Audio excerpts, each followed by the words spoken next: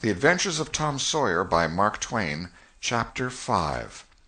The Pinch-Bug and His Prey.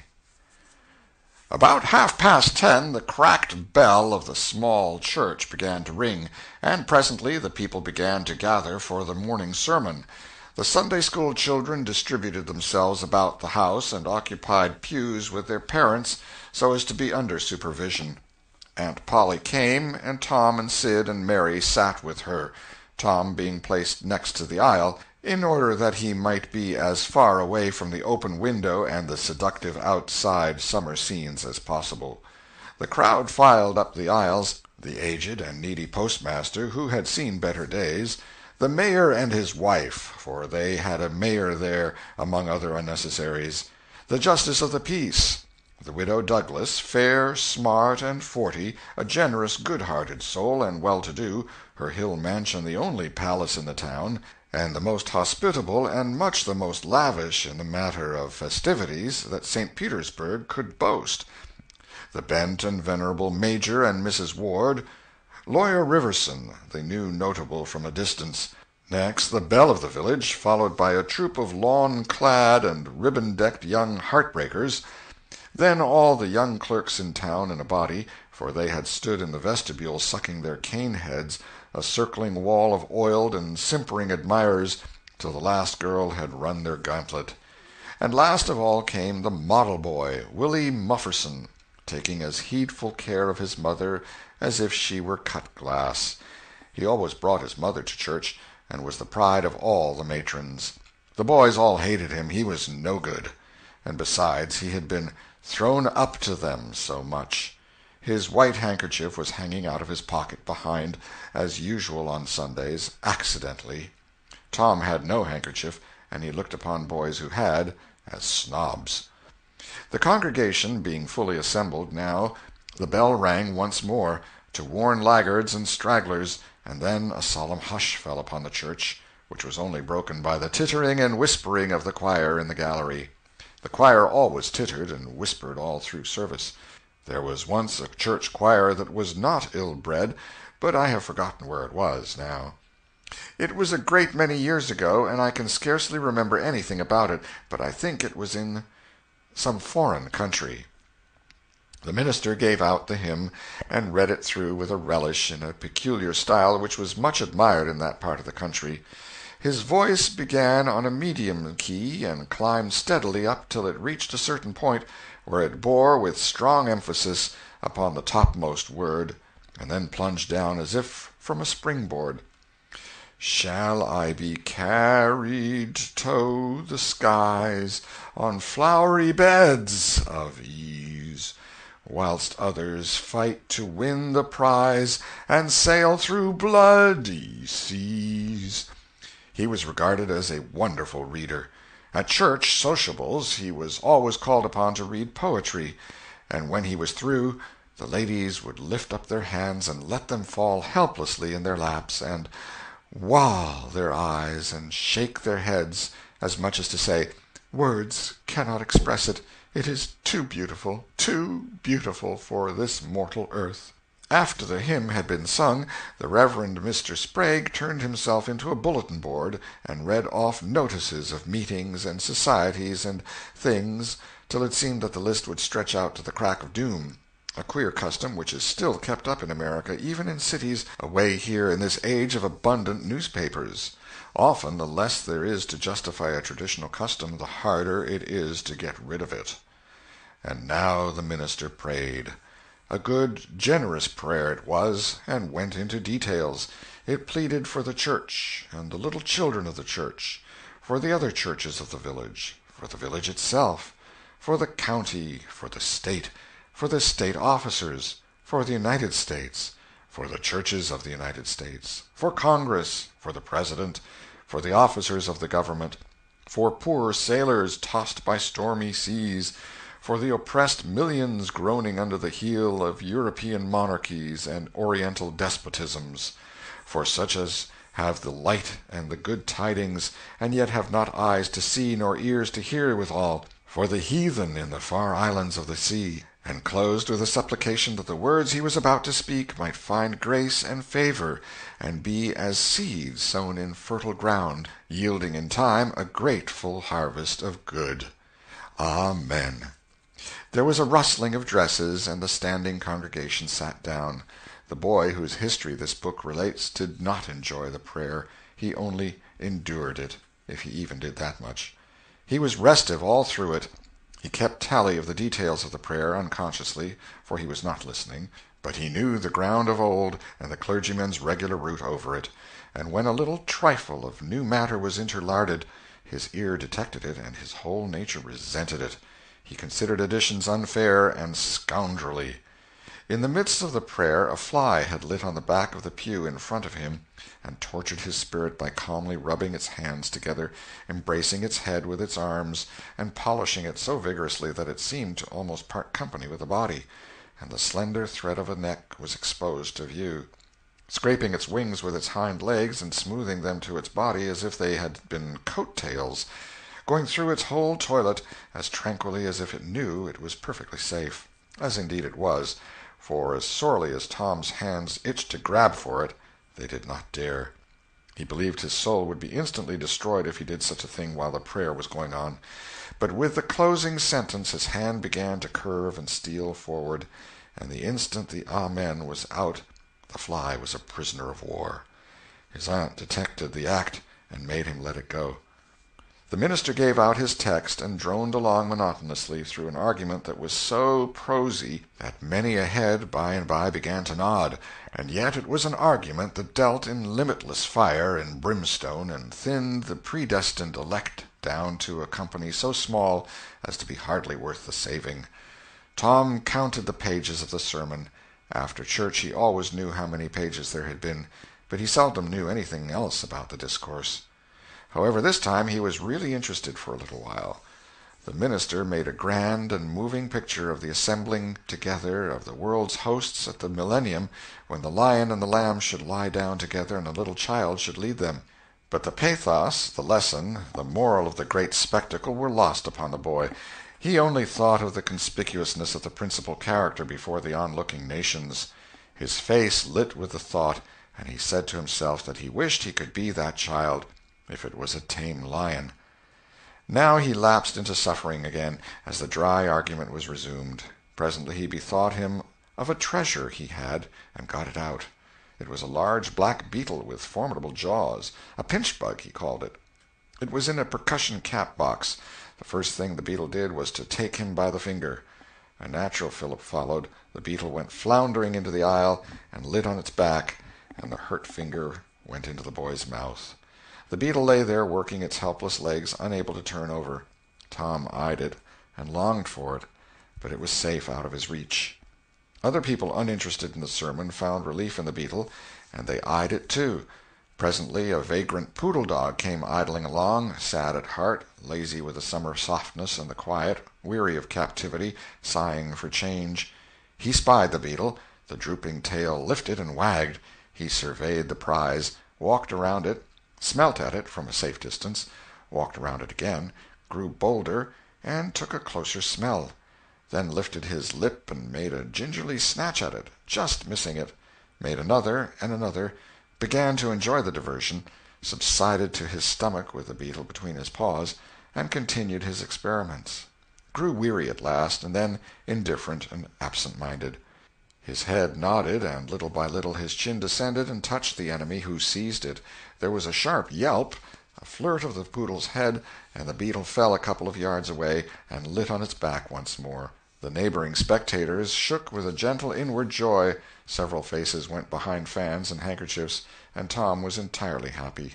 The dog looked foolish, and probably felt so, but there was resentment in his heart, too, and a craving for revenge. So he went to the beetle and began a wary attack on it again, jumping at it from every point of a circle, lighting with his forepaws within an inch of the creature, making even closer snatches at it with his teeth, and jerking his head till his ears flapped again.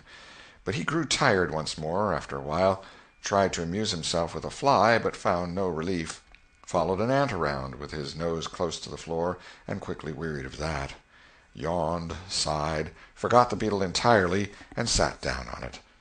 Then there was a wild yelp of agony, and the poodle went sailing up the aisle. The yelps continued, and so did the dog. He crossed the house in front of the altar.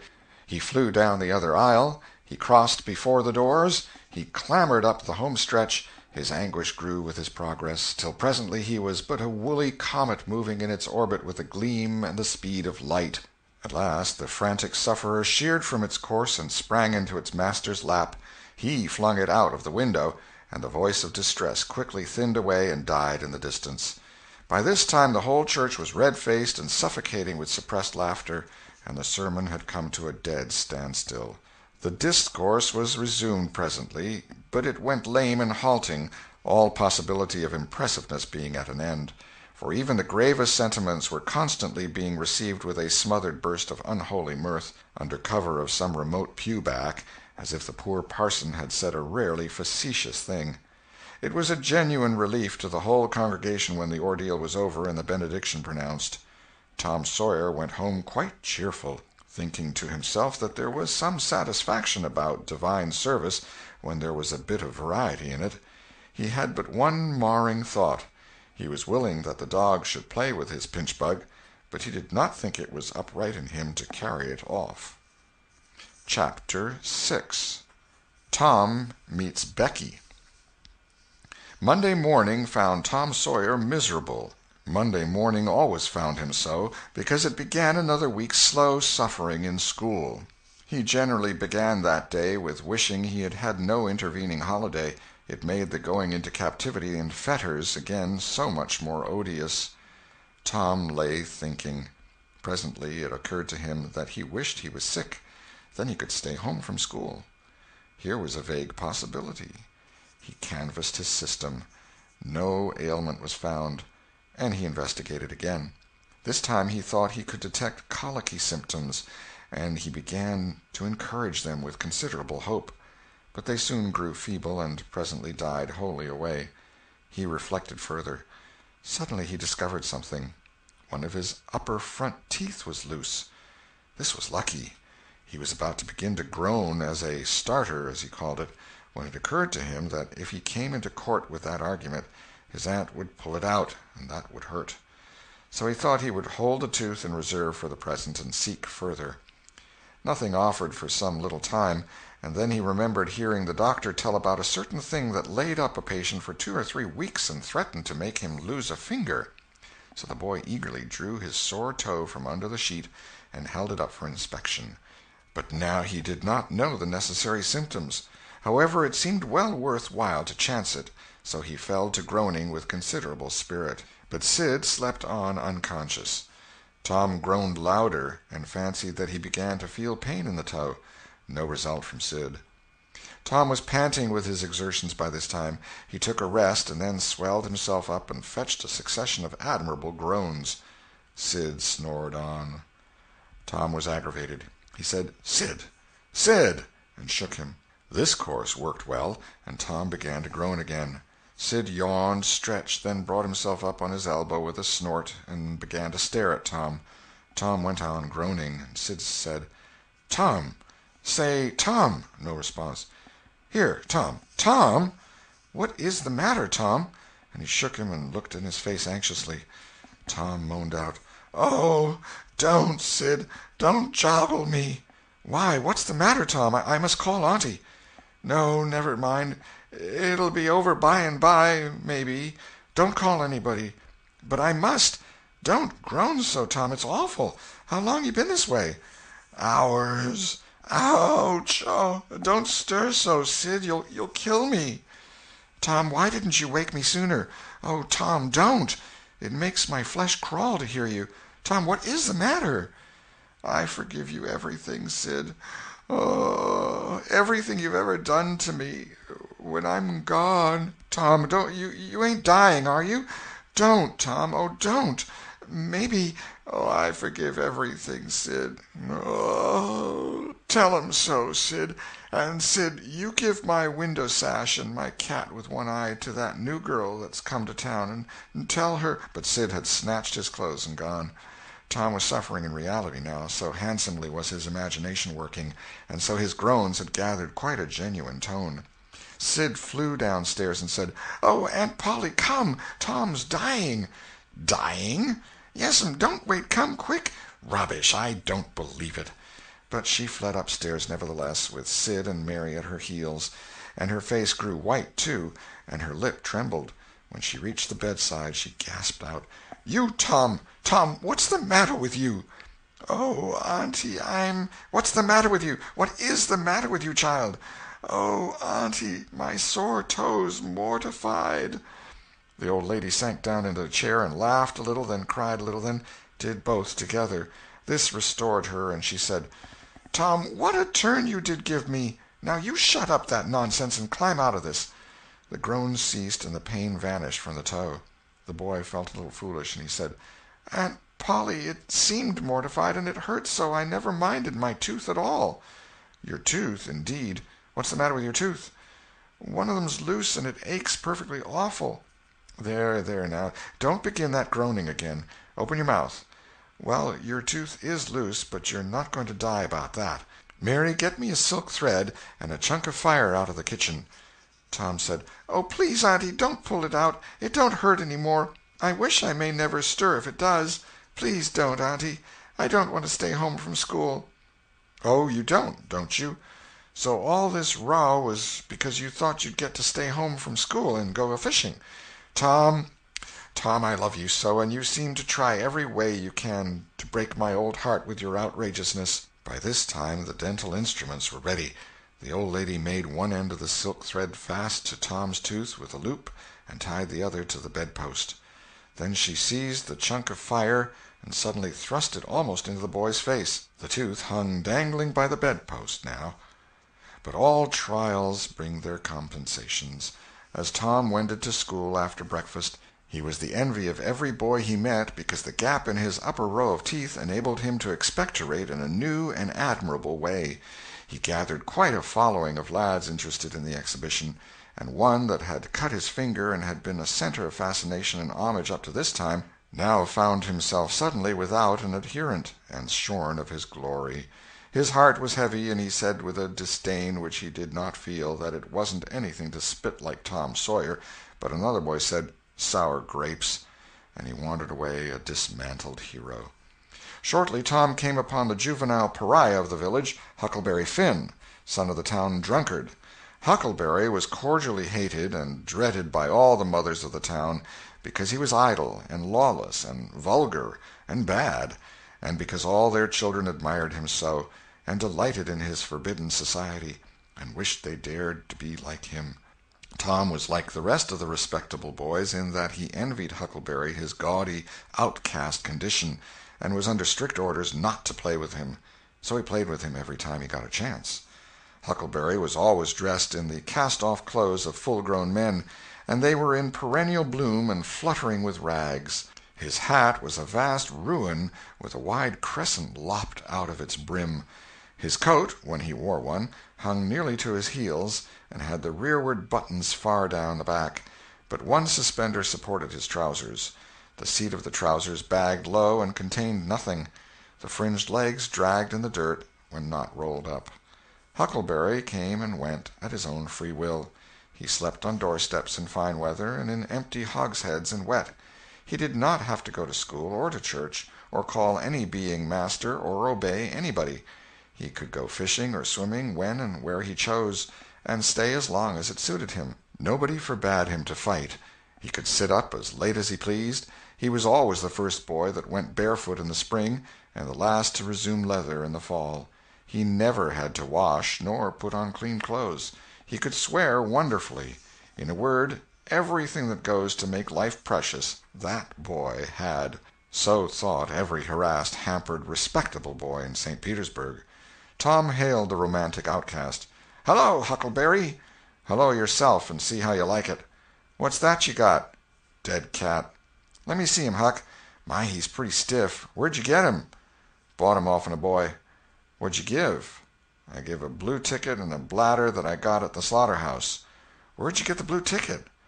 "Bought it off'n Ben Rogers 2 weeks ago for a hoopstick." "Say, what is dead cats good for, Huck?" "Good for? Cure warts with." "No, is that so? I know something that's better. I bet you don't. What is it? Why, spunk water. Spunk water? I wouldn't give a dern for spunk water. You wouldn't you? Do you ever try it? No, I ain't. But Bob Tanner did. Who told you so? Why, he told Jeff Thatcher, and Jeff told Johnny Baker, and Johnny told Jim Hollis, and Jim told Ben Rogers, and Ben told a nigger, and the nigger told me. There now. Well, what of it? They'll all lie, leastwise all but the nigger. I don't know him. But I never see a nigger that wouldn't lie. Shucks. Now you tell me how Bob Tanner done it, Huck. Why, he took and dipped his hand in a rotten stump where the rainwater was. In the daytime? Certainly. With his face to the stump? Yes. Least I reckon so. Did he say anything? I don't reckon he did. I don't know. Aha! Talk about trying to cure warts with spunk water such a blame fool way as that. Why, that ain't a-going to do any good.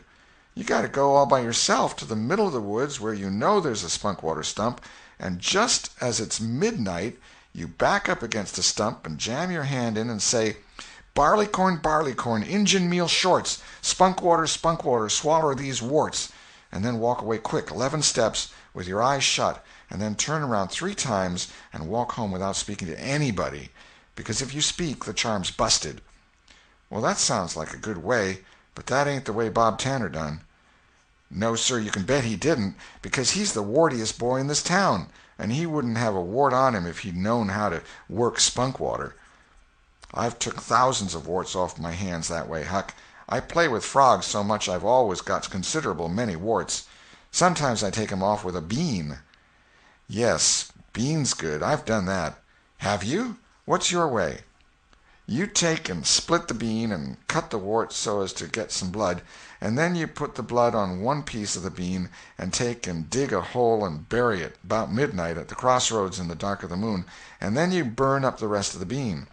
You see, that piece that's got the blood on it will keep drawing and drawing, trying to fetch the other piece to it, and so that helps the blood to draw the wart, and pretty soon off she comes. Yes, that's it, Huck, that's it. Though when you're burying it, if you say, down bean, off wart, come no more to bother me, it's better. That's the way Joe Harper does, and he's been nearly to Coonville and most everywheres. But say, how do you cure 'em with dead cats? Why, you take your cat and go and get in the graveyard long about midnight when somebody that was wicked has been buried, and when it's midnight a devil will come, or maybe 2 or 3, but you can't see 'em. You can only hear something like the wind, or maybe hear 'em talk. And when they're taking that feller away, you heave your cat after 'em and say, devil follow corpse, cat follow devil, warts follow cat, I'm done with you. And that'll fetch any wart. Sounds right. Do you ever try it, Huck? No, but old Mother Hopkins told me. Well, I reckon it's so, then, because they say she's a witch. Say! Why, Tom, I know she is.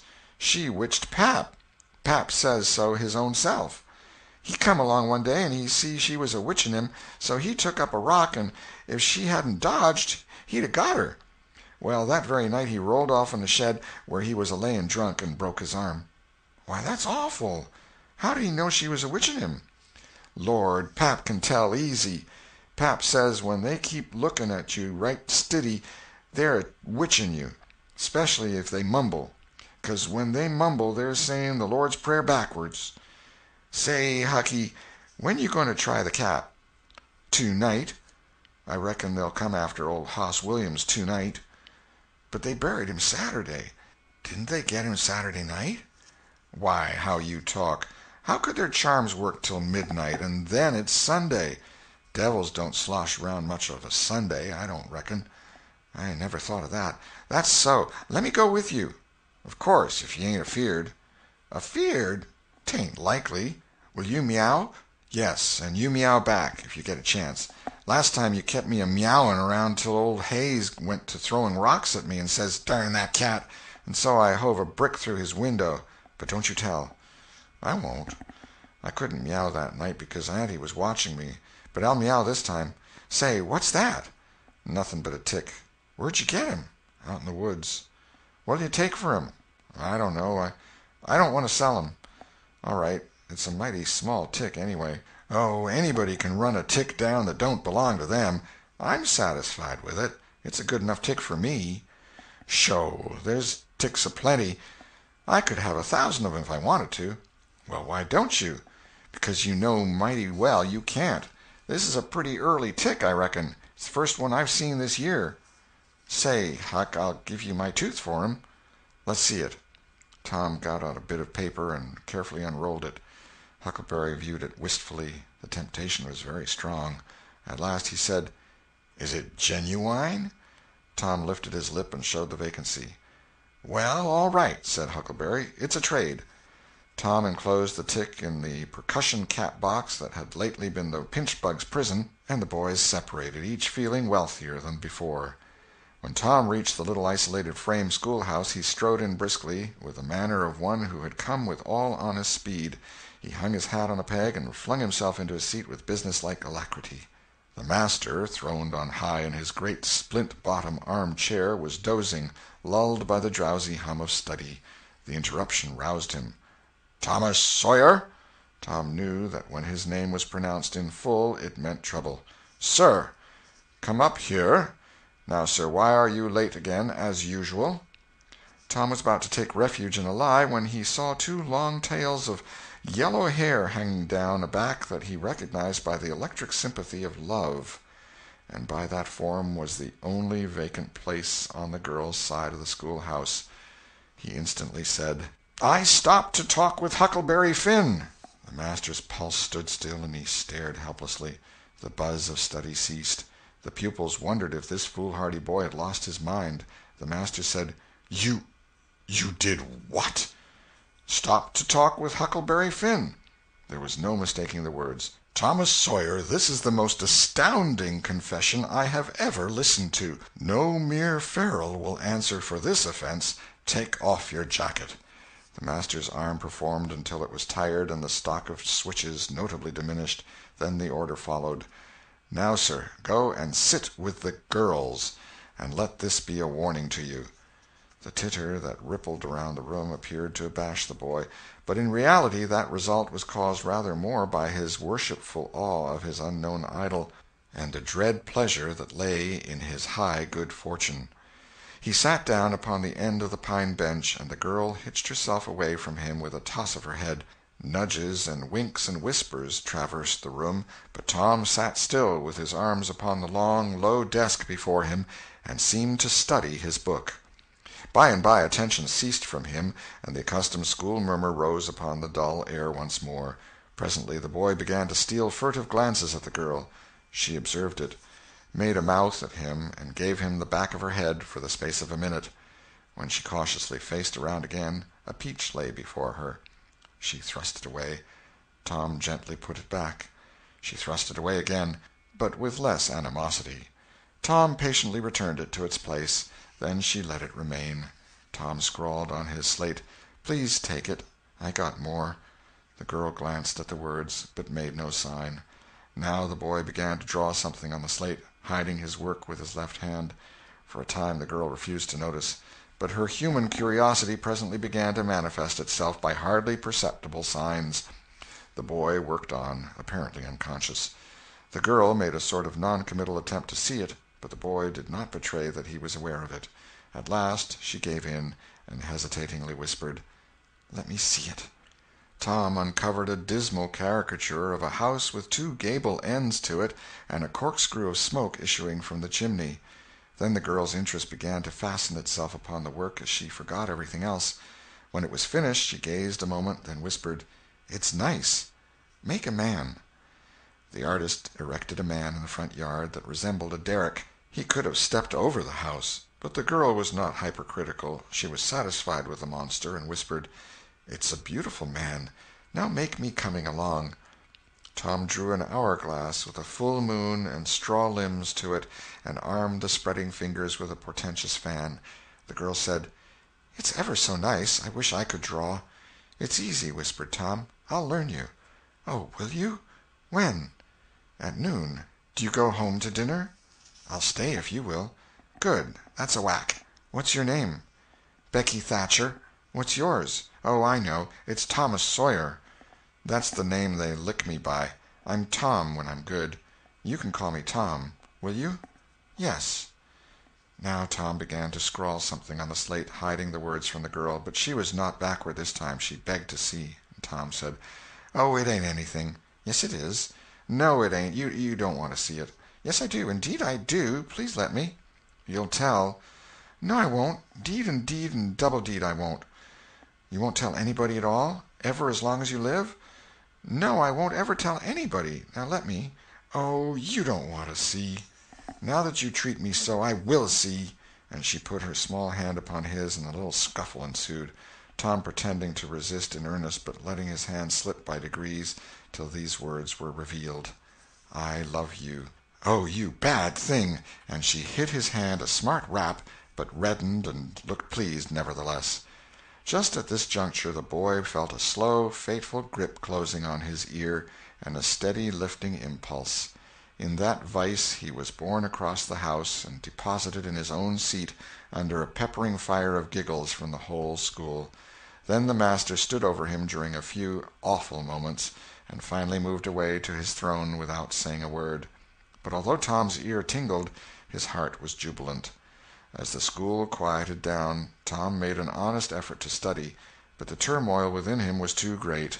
In turn he took his place in the reading class and made a botch of it, then in the geography class, and turned lakes into mountains, mountains into rivers, and rivers into continents, till chaos was come again. Then in the spelling class, and got turned down by a succession of mere baby words, till he brought up at the foot and yielded up the pewter medal which he had worn with ostentation for months.